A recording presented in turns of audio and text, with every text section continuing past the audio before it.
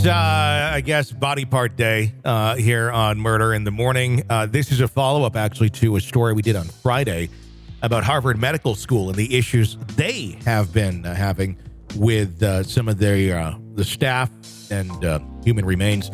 That hasn't been all that on the up and up. Now, somebody who knows that they had a loved one donated over there, well, they want to get some of their bodies back. Oh my, that's not good. And you know, and for good reason. I think I'd be requesting the same thing too if Grandma or Grampy was over at the Harvard Medical School, knowing what we know right now. And a chilling expose that defies all bounds of human dignity. Reports emerged, and we talked about this the other day, about the alleged illicit sale of human remains trafficked from the hallowed corridors of Harvard Medical School. A sensational case has managed to connect the seemingly desperate lives of a dedicated law enforcement officer turned farmer for New Hampshire and a former morgue manager from one of the world's most esteemed institutions. Nicholas Pitchowitz, who left traditional education in his early teens to labor on his family's farm, developed an insatiable curiosity for knowledge that remained undiminished throughout his life. His passion led him to various pursuits, such as earning a pilot's license and acquiring a Stinson airplane that could accommodate 4 passengers after a distinguished career as a deputy sheriff in Rockingham County, New Hampshire. Pitchowitz's final wish before his demise in 2019 was to donate his body to Harvard Medical School, a beacon of scientific research and education that he held in high esteem. You know, very nice man, very giving, very much thinking of the future, not himself. According to Pitchowitz's daughter, Darlene Lynch, the donation was in line with the altruistic intentions of her parents, who desire to contribute to the betterment of human health even in death. However, well, the family's noble intentions were cruelly exploited, plunging them into an unimaginable nightmare. And this is where it ties into our story from Friday. In a dramatic turn of events, Pitchowitz's name now featured on a list captured or curated by the United States Attorney's Office for the Middle District of Pennsylvania, signifying the victims of a grotesque organ and cadaver-selling racket spanning multiple states. The alleged mastermind behind the scheme is Cedric Lodge, 55, the former morgue manager at Harvard Medical School's Anatomical Gifts Program. Lodge is accused of clandestinely dealing in human remains from 2018 to March of this year. The indictment claims that Lodge allowed potential buyers to pursue through the body parts intended for cremation and even shipped these stolen remains across state lines. One particularly macabre detail alleges Lodge would source human skin, requested for its potential to be tanned into leather. Again, we talked about this the other day. Who's tanning human skin into leather, and where the fuck is that going? Well, yeah. Like, is it going to turn into a chair and, you know, you're sitting on Uncle Larry? I mean, I don't even what are you using it for? Is it a coin purse? What is it? I don't even want to know, I think. No. It's yeah.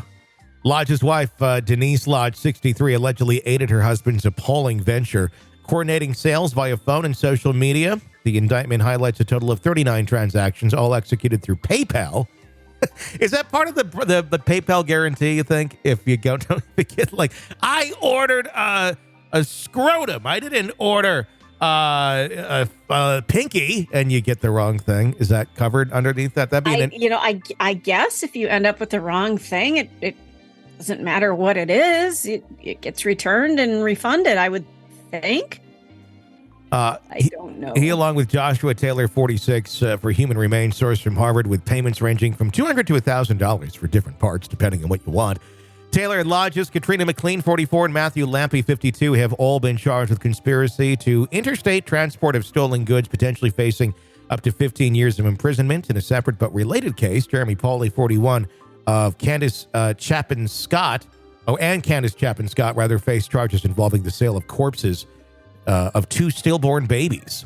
This is going from this is interstate travel. I would think the FBI is involved now.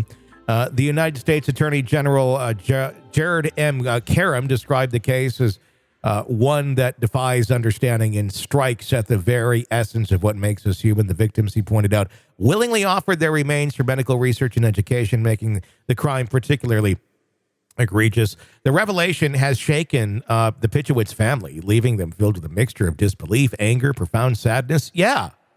The family, grappling with the betrayal by the individuals and the institution they trusted, find it hard to reconcile with the breach of their parents' final wishes. Nick and Joan Pitchowitz, both former law enforcement officers, married for 66 years, shared a deep-seated belief in service to the community, be it through their professional lives or personal action. Joan, particularly remembered for her compassion towards her community and stray animals, also donated her body to the Harvard Medical School following her death in 2023. Since the shocking revelations, the family has sought the return of Joan's remains, a request that has yet to be fulfilled.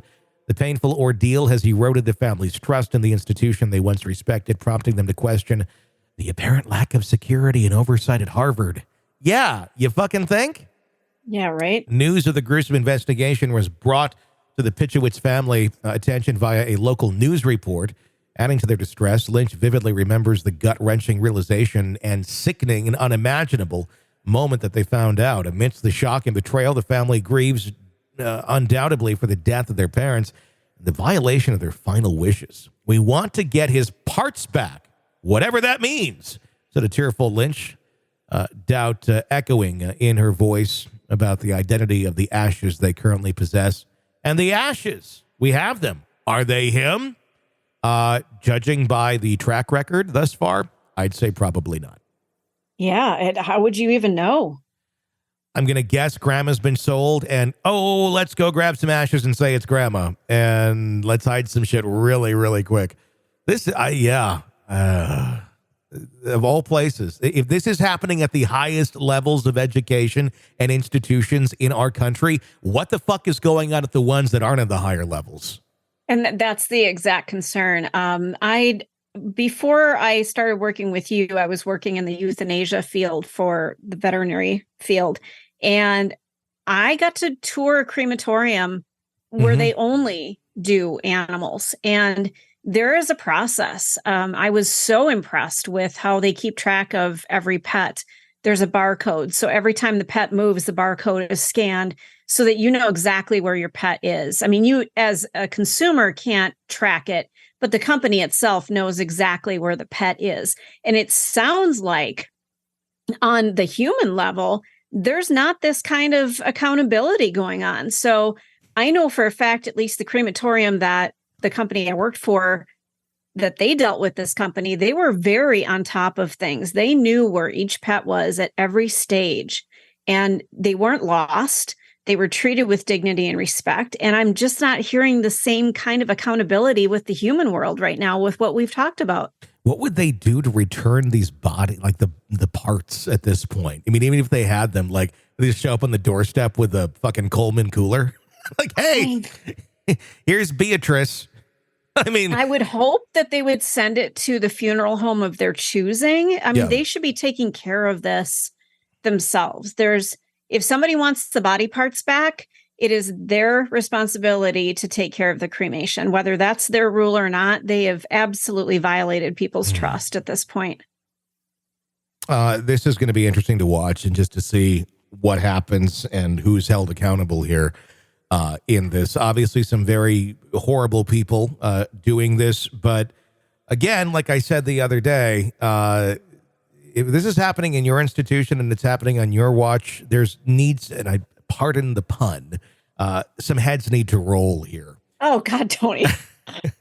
Not literally. I'm not saying like go cut people's heads off and roll them around like bowling, or put them on someone's desk like the previous story. Right. It's a figure of speech. I'm not calling for the murder of anyone before anybody freaks out. But no, there certainly does need to be accountability and higher up. We're not having, I guess, more accountability in these systems. I mean, considering this has been going on for 20 some years, it's just, I mean, this guy who's in it took up the reins in 2018. Sounded like it was kind of going on before that, though, too. So how many people are... And he probably just took over and this is what they've always done. So they just continued to do it that way. It's like the perks of the job that you don't realize exist until you're in it. I remember like getting excited about working in radio, not just because you're on the air, but because, oh, wow, record reps come sometimes and they take you to fancy restaurants and you can buy anything you want. Like, that's great. Yeah. You know, and all these like little things that, you know, like, oh, these are kind of wrong and you shouldn't be accepting these gifts. But at the time, it's like just how the industry worked.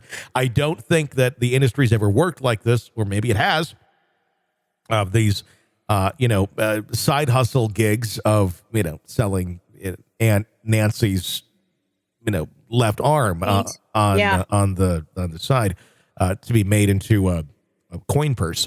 That it's beyond fathomable that anyone is dealing in this sort of thing and profiting. And it almost, is it worse than murder? I mean, you're running a business of this. A lot of times murder is somewhat premeditated. It's a passion. If you're talking about your average murder, not the serial killer type, it comes and goes. This is like you're thinking about this for years and you just keep doing it over and over and over and over. And the level of depravity that this is just, I guess it's the ultimate betrayal. These people have decided that they want to help advance medical science and they donate their body to be cut up and used in any way medicine sees fit, to train doctors and things like that. So it's a huge betrayal of trust. It's just, you know, people are probably going to be hearing this story and go, well, fuck it, I'm not donating my body. But the other thing is they're dead. What difference does it make? I mean, so I'm wavering. I'm fluctuating between the two. One is it's horrific, and the other is, well, they don't know what's going on. They're dead. They don't. It's just the principle of it all, and they need bodies for medical research. I'm concerned that this. I don't know. It seems weird that we have two of these stories back to back that are different locations, all at the same time. Like, is there like some sort of reckoning happening in this industry right now where everybody's whistleblowing because they saw, well, that place whistleblowed, maybe we should whistleblow too. And I don't know. I wouldn't be surprised if there's a whole influx of this stuff with these businesses and people coming out and saying, yeah, guess what's been happening? Well, look at the Me Too movement. You know, all it took was a couple of people to speak up and go, this shit's been happening for far too long. And others go, fuck it, I'm telling my story too. You know, maybe that's what's going on. Stacey, look at this coin purse I just found online. No! Oh my goodness. You just wait. Christmas is coming soon. You're locked into the Hidden Killers podcast. Want more? Start binging on all of our true crime podcasts right now through Apple Podcasts and get an ad-free experience when you sign up to be a True Crime Today Premium Plus member exclusively on Apple Podcasts. More of the Hidden Killers podcast dropping soon. Press subscribe now.